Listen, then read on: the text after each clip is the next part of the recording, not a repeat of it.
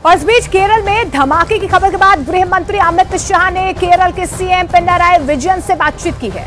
जांच के लिए एनआईए एनएसजी केरल के लिए रवाना हो गई है। एनआईए और एनएसजी की टीम किसी भी वक्त मौके पर पहुंच सकती है और जांच कर सकती है। बिल्कुल, जांच का एंगल हमास की तरफ भी मुड़ता हुआ नजर आ रहा है, क्योंकि 2 दिन पहले ही एर्नाकुलम में हमास के समर्थन में एक रैली हुई थी। समर्थन में रैली होती है और सबसे बड़ी बात, इस रैली में हमास के नेता खालिद मशेल भी वर्चुअली मौजूद रहते हैं, हमास के समर्थन में बातें करते हैं और ठीक 2 दिन बाद ये ब्लास्ट हो जाना बड़ी बात।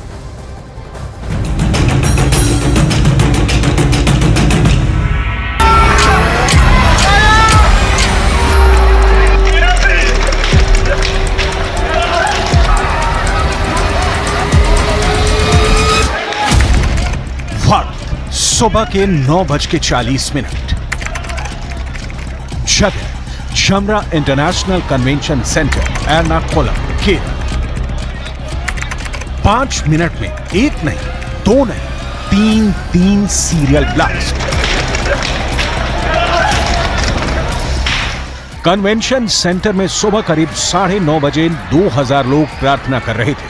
प्रार्थना के खत्म होने के फौरन बाद पहला धमाका हुआ। अभी लोग कुछ समझ पाते तब तक दूसरा धमाका हो गया।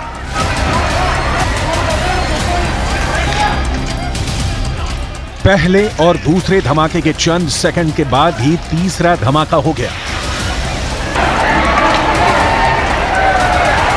सिर्फ 5 मिनट के अंदर कन्वेंशन सेंटर में 3 धमाके हुए हैं। धमाके में 20 लोग घायल हुए हैं, जबकि एक शख्स की मौत की खबर है। ब्लास्ट के बाद मौके पर मौजूद लोगों ने घायलों को कन्वेंशन सेंटर के बाहर लाया और उन्हें अस्पताल पहुंचाया गया। चश्मदीद के मुताबिक प्रार्थना सभा के दौरान 5 मिनट के अंदर 3 अलग अलग ब्लास्ट हुए। पहला ब्लास्ट ज्यादा तेज था। ब्लास्ट के वक्त का एक वीडियो भी सामने आया है, जिसमें अफरा तफरी का माहौल दिखाई दे रहा है। लोग इधर से उधर भाग रहे हैं। कुर्सियां आग की लपटों में घिरी हुई हैं। कुछ लोग कुर्सियों को हटाते हुए दिख रहे हैं ताकि आग को और भीषण होने से रोका जा सके। मौके से आई तस्वीरों में आप साफ साफ देख सकते हैं कि ब्लास्ट के बाद जमीन पर खिड़कियों के कांच के टुकड़े बिखरे हैं। लोगों के सामान तितर बितर हुए पड़े हैं। कन्वेंशन सेंटर का दरवाजा टूटा हुआ नजर आ रहा है। जमीन पर कांच के टुकड़े बिखरे हुए हैं। केरल पुलिस और एनआईए टीम की शुरुआती जांच में पता चला है कि इन बम धमाकों के लिए इंसेंडियरी डिवाइस और आईईडी का इस्तेमाल हुआ है। बम टिफिन बॉक्स में रखे गए थे। फॉरेंसिक टीम ब्लास्ट की जांच करने मौके पर पहुंची है। मौके से आई तस्वीरों से साफ है कि एक्सप्लोसिव डिवाइस को प्रार्थना सभा में अलग अलग जगहों पर रखा गया था, ताकि अफरा तफरी मचने पर ज्यादा से ज्यादा लोग इन धमाकों की जद में आए। धमाका जिस कन्वेंशन सेंटर में हुआ है उसका नाम है जमरा international convention and exhibition centre. यहां 3 दिनों तक कन्वेंशन होना था। कन्वेंशन में शामिल होने के लिए 2300 लोगों ने रजिस्टर किया था, लेकिन पहले दिन सीरियल ब्लास्ट हो गया। एर्नाकुलम में जहां ब्लास्ट हुआ है उसके आसपास बड़ी संख्या में यहूदी समुदाय के लोग रहते हैं। इजराइल हमास जंग के शुरू होते ही खुफिया एजेंसियों ने अलर्ट जारी किया था। अलर्ट में आशंका जताई गई थी कि भारत के यहूदी स्पॉट आतंकियों के निशाने पर हो सकते हैं। धमाके की खबर के बाद गृह मंत्री अमित शाह ने केरल के सीएम पिनाराई विजयन से बात की। गृह मंत्रालय और सुरक्षा एजेंसियों के अफसरों के साथ हाई लेवल मीटिंग की है। ब्लास्ट की जांच के लिए एनआईए और आईबी की टीम को भेजने का निर्देश दिया।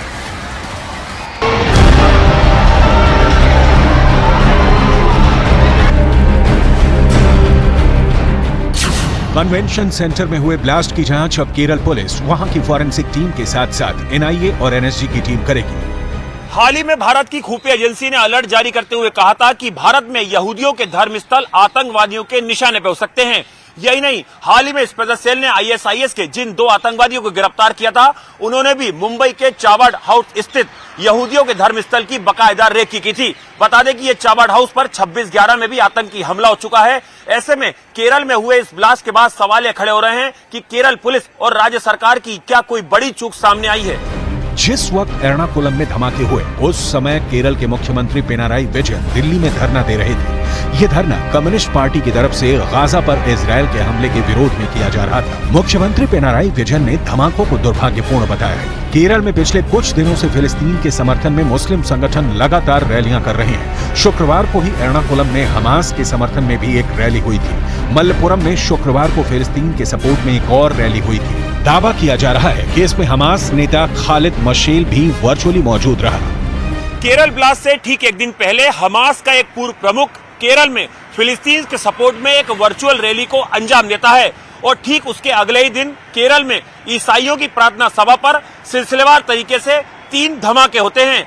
इस पूरे मामले में अब केंद्रीय जांच एजेंसी एनआईए और तमाम सेंट्रल एजेंसियां इस मामले की तफ्तीश में जुट गई हैं कि क्या ये एक आतंकी हमला है और इसके पीछे क्या यहूदियों को निशाना बनाने की एक बड़ी साजिश रची गई थी। ये रैली एकजुटता युवा आंदोलन जमाते इस्लामी की यूथ विंग ने की थी। इसमें बुलडोजर हिंदुत्व को उखाड़ फेंको नारे लगे थे। बीजेपी ने इसे लेकर एक्शन की मांग की है। रैली में पूर्व हमास नेता की भागीदारी पर सवाल उठाए हैं। 24 घंटे पहले ही केरल में केरल सरकार के नाक के नीचे हमास जो एक टेरर ऑर्गेनाइजेशन है और हाल ही में हजारों बच्चों और महिलाओं की हत्या की है उन्होंने किया है। हमास के लीडर को मौका दिया जाता है कि केरल के युवाओं को संबोधित करे और जिहाद और हेटफुल स्पीच के बारे में उनको संबोधित करने का उनको मौका दिया गया था और केरल सरकार ने कुछ नहीं किया क्योंकि वो इतने डरे हुए हैं अपीजमेंट पॉलिटिक्स के कारण कि उन्होंने कोई हस्तक्षेप नहीं किया, उसमें रोकने का कोई अटेम्प्ट भी नहीं किया। तो उस प्रोग्राम के 24 घंटे के बाद हमको उस हेट और जिहाद का जो उनका संबोधन था उसका नतीजा हम आज देखने को मिल रहा है। केरल की रैली में हमास के जिस बड़े नेता खालिद मशाल के शामिल होने की बात कही जा रही है उसके पास 400 करोड़ डॉलर की संपत्ति है। खालिद मशेल 1977 में मुस्लिम ब्रदरहुड में शामिल हुआ।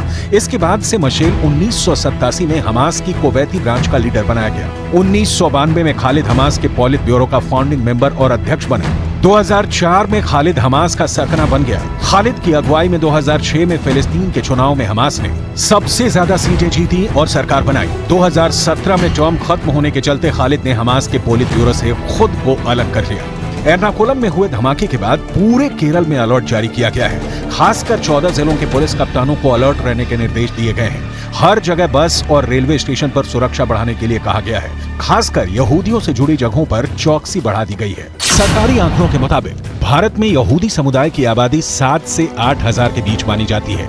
इसमें भी सबसे ज्यादा यहूदी महाराष्ट्र में रहते हैं। भारत में रहने वाले यहूदी समुदाय को 3 हिस्सों में बांटा जाता है। पहले नंबर पर आते हैं पश्चिमी भारत के बेने इजरायली यहूदी, दूसरे नंबर पर पश्चिम बंगाल के बगदादी यहूदी और तीसरे नंबर पर केरल के कोचीन यहूदी आते हैं। इसके अलावा पूर्वोत्तर भारत के बेनेई मिनाशे यहूदी और आंध्र प्रदेश के बेने एफ्रेम यहूदी भी यही रहते हैं।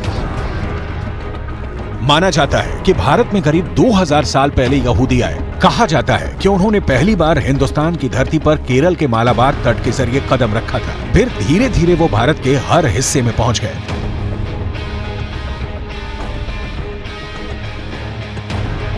केरल के कन्वेंशन सेंटर में हुए धमाके के बाद दिल्ली पुलिस भी हाई अलर्ट पर है और भीड़ भाड़ वाली जगहों पर खास नजर रखी जा रही है। स्पेशल सेल लगातार खुफिया एजेंसियों के संपर्क में है।